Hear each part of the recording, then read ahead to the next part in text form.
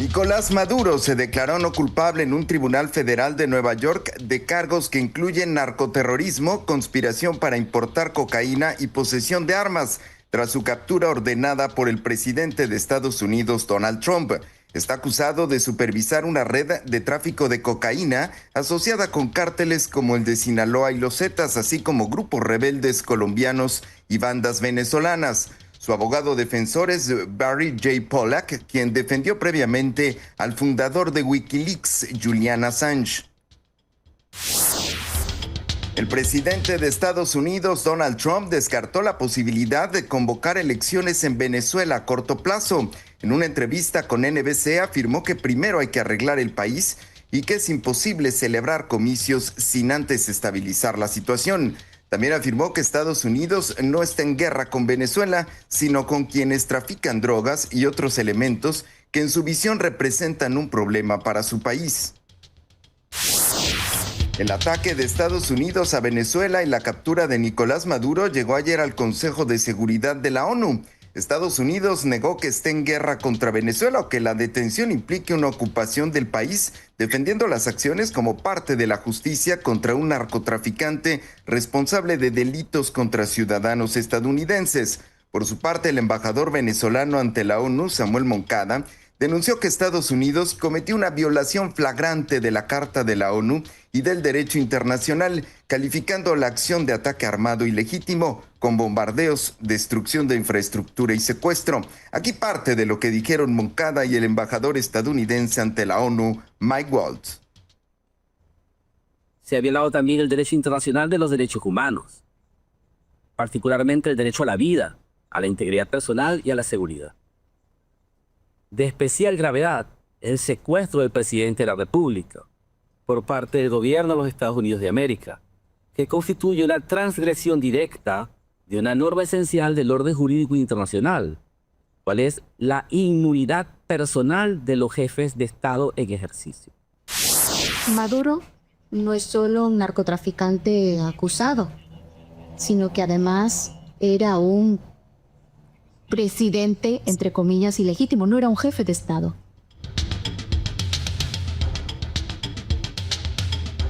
Y Delcy Rodríguez juró ante el Parlamento como presidenta encargada de Venezuela. Rodríguez asumió el cargo ante su hermano Jorge Rodríguez, quien fue reelecto como presidente de la Asamblea Nacional.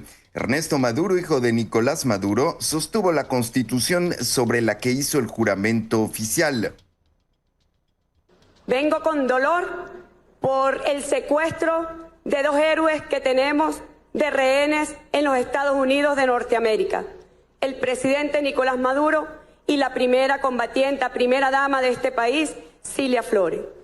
Vengo con dolor, pero debo decir que vengo también con honor a jurar en nombre de todos los venezolanos y en nombre de todas las venezolanas, vengo a jurar por nuestro padre libertador Simón Bolívar, que es guía y faro histórico del porvenir de Venezuela, cuya sangre libertadora corre por las venas de los venezolanos y de las venezolanas.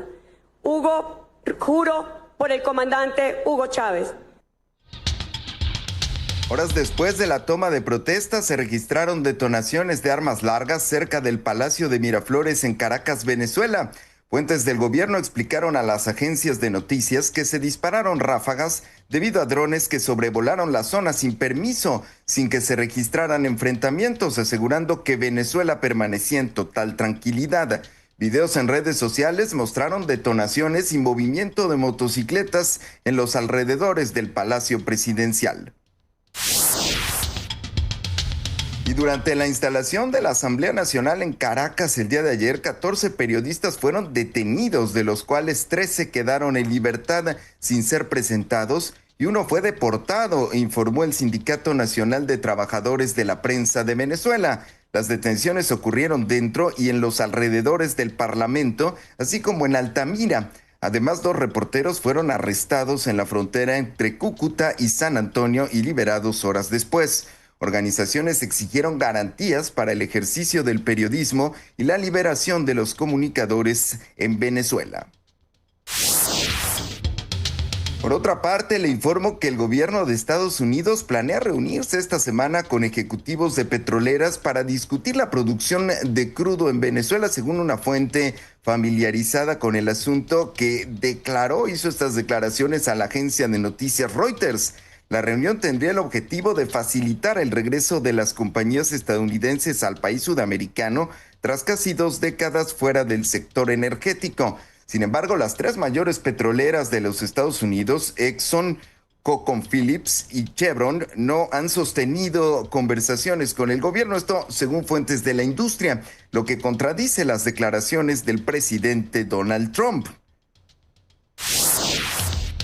Y hablando de Donald Trump, ayer los legisladores republicanos aseguraron que Estados Unidos ni Donald Trump planean ocupar ni reconstruir Venezuela. Así lo dijeron los legisladores tras una reunión clasificada sobre la política hacia ese país, en las que, según las versiones disponibles, habría estado presente el secretario de Estado estadounidense Marco Rubio. El presidente de la Cámara de Representantes, Mike Johnson, aseguró que no hay fuerzas estadounidenses en Venezuela.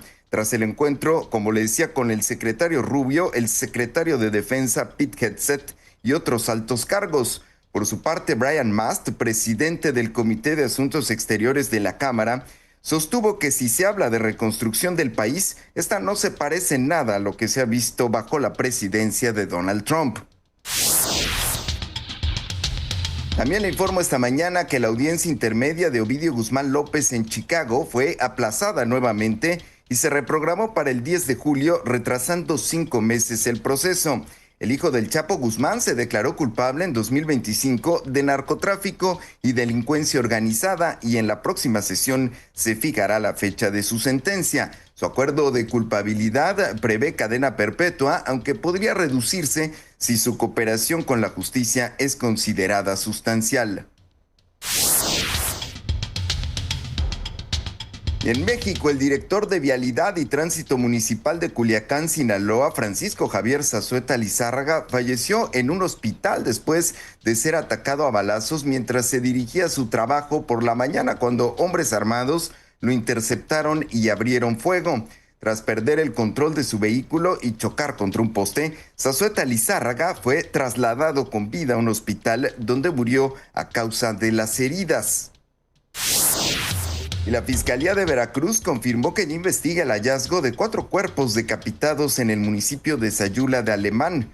De acuerdo a los primeros informes, se tiene conocimiento de que los hechos se suscitaron en un rancho ubicado sobre la carretera transísmica. Entre las víctimas se encuentra Héctor Velázquez Díaz, hijo de Héctor Velázquez Vázquez, quien se desempeñó como regidor del municipio y fue ejecutado en 2020.